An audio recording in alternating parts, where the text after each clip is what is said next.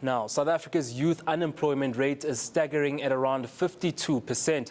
How can this be fixed? This evening on Moneyline, we take a look at youth and economic participation. And to help us do that is Hamadziripi Tamukamoyo from the Youth Development Institute of South Africa. Hamadziripi, if you can just tell us what your organization basically focuses on and some of the research that you do. Okay, so we are an NGO based in Auckland Park. We are a collaborative initiative between the University of Johannesburg and the National Youth Development Agency. Our aim really is to generate high-quality research to inform policy making on issues that affect youth, particularly issues like unemployment, jobs, issues of health and well-being of young people. But this is in recognition of the fact that South Africa is a young country. We have some 66% of the population being young people. It is also in recognition of the fact that globally, the African continent is a young continent in terms of the demographics. So those are the trends, and we believe that young people have a role to play in ensuring that we've got a prosperous South Africa into the future. Just share with us some of those insights you found out about South Africa's unemployment situation and what the solutions could be policy-wise. Well, I think we need to maybe place ourselves in a global context where we have a fourth industrial revolution. So I think in terms of policy making, we need to ask questions like, are young South Africans ready for the fourth industrial revolution? What are the ruptures in terms of production? What are the ruptures in terms of relations in the workplace that we're going to experience in the fourth industrial revolution? I think that is one thing. And I think that if you look at the metrics, they're not encouraging in terms of education, for instance.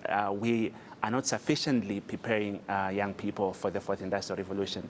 But I think we also need to consider that young people are active citizens. So if you look at the projections in terms of the economy, our economy up to 2020 may not grow, more than 2%. So what then can we do to ensure that young people participate in the economy? But what can we do to leverage on this demographic? It's a powerful demographic in terms of innovation, in terms of capability.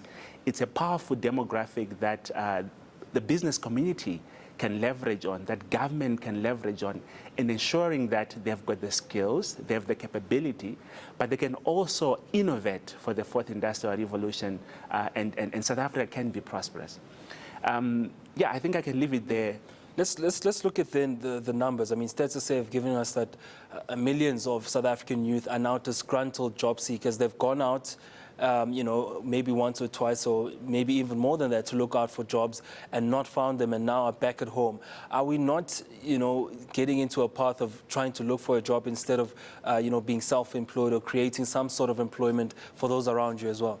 Right. So, globally, if we look at small and medium enterprises, small and medium enterprises account for 95% of all companies, of all firms globally, and they employ the most people. So there is recognition, I think, globally that entrepreneurship could be one avenue, just one avenue through which you could tackle unemployment. Not everyone is going to be employed in big businesses. I mean, that's the reality. Not everyone is going to be employed in government.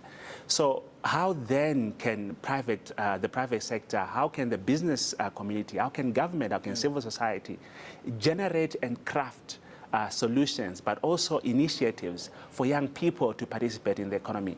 One initiative, for instance, we have got a preferential procurement bill that is going through, which is to preferentially treat, businesses that are owned by young black men and women, and also women in general, because they tend to be the most dispossessed. This is one solution, to say that if you have got capable, well-resourced businesses owned by young people, then they can flourish. But at the same time, they can also generate employment to employ more people. So that's one avenue. But also, maybe you want to invest in new technologies. What are the kind of business models of the future that the young South Africans can participate in to ensure that we are ready to participate in this revolution? But on the ground, we've seen the YES program come through and some initiatives coming through from government as well. But when you look at it, 39% of South Africa's young people have never been employed at all. They're part of the unemployment line, but have never experienced actual work. So what kind of policies will address that perfectly, if I may say so, because now we've seen a bulging, youth unemployment number.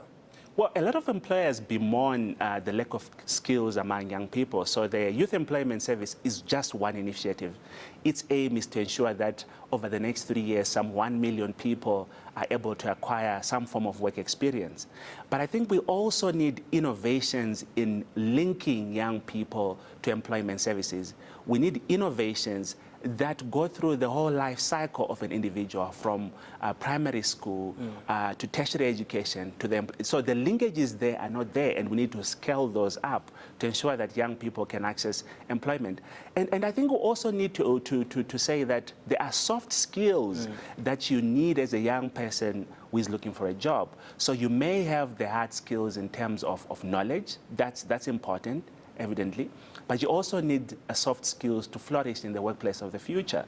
And I think that we want government, we want the private sector, we want civil society to ensure that young people have those skills.